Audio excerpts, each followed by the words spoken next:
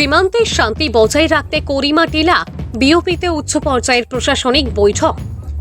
দক্ষিণ ত্রিপুরার সাবরুম মহকুমার মনুবাজার থানার অন্তর্গত শ্রীনগর আউটপোস্টের অধীন সীমান্তবর্তী এলাকাগুলিতে শান্তি শৃঙ্খলা রক্ষার উদ্দেশ্যে এক গুরুত্বপূর্ণ প্রশাসনিক বৈঠক অনুষ্ঠিত হয় করিমাটিলা বিএসএফ এর বিওপিতে। সভায় উপস্থিত ছিলেন সাবরুম মহকুমা পুলিশ আধিকারিক নিত্যানন্দ সরকার, বিএসএফ এর কোম্পানি কমান্ড্যান্ট BL মিনা, স্থানীয় পঞ্চায়েত প্রতিনিধি ও বিশিষ্ট নাগরিক বৃন্দ। সভায় মূলত শ্রীনগর, মাধবনগর, সমরগঞ্জ, করিমাটিলা, মেরুপাড়া ও আমলিঘাট সহ সীমান্তবর্তী এলাকাগুলিতে শান্তিপূর্ণ পরিবেশ বজায় রাখা, সীমান্ত পারাপার নজরদারি জোরদার করা এবং স্থানীয় জনগণের সঙ্গে সমন্বয় বাড়ানোর বিষয়ে বিস্তারিত আলোচনা হয়। বিএসএফ ও রাজ্য পুলিশের মধ্যে তথ্য আদান প্রদান এবং দ্রুত পদক্ষেপ গ্রহণের উপর বিশেষ গুরুত্ব আরোপ করা হয়। মহকুমা পুলিশ আধিকারিক নিত্যানন্দ সরকার সংবাদ মাধ্যমকে জানান, সীমান্ত এলাকার মানুষ যাতে নিরাপদে ও নির্ভয়ে বসবাস করতে পারেন তার জন্য প্রশাসন সর্বদা সজাগ রয়েছে। বিএসএফ ও পুলিশ যৌথভাবে নিয়মিত টহল চালাচ্ছে এবং সন্দেহজনক কার্যকলাপের উপর নজর রাখা হচ্ছে। তিনি আরও বলেন, এলাকার জনপ্রতিনিধিদের সঙ্গে নিয়মিত যোগাযোগ রেখে স্থানীয় সমস্যাগুলি দ্রুত সমাধানের উদ্যোগ নেওয়া হবে। এই বৈঠকের মাধ্যমে প্রশাসন, সীমান্তবর্তী বাহিনী ও জনসাধারণের মধ্যে পারস্পরিক সহযোগিতা আরও মজবুত হবে বলে আশা প্রকাশ করেন উপস্থিত কর্মকর্তারা। ভানুচন্দ্রের রিপোর্ট, আসাম প্রাইম নেটওয়ার্ক।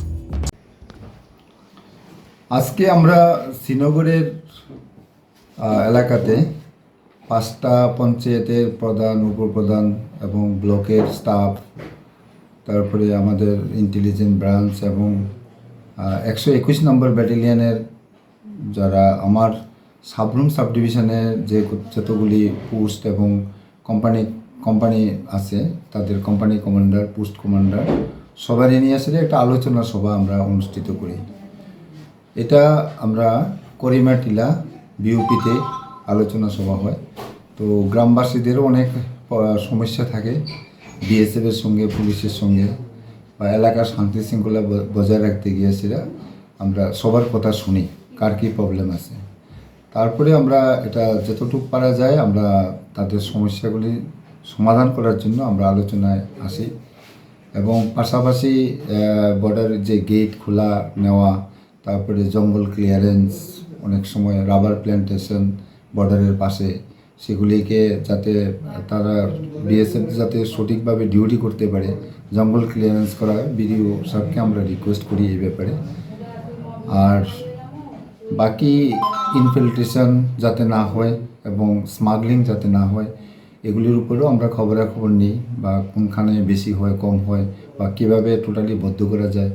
এটাই আজকে আলোচনার মুখ্য উদ্দেশ্য ছিল আর কি।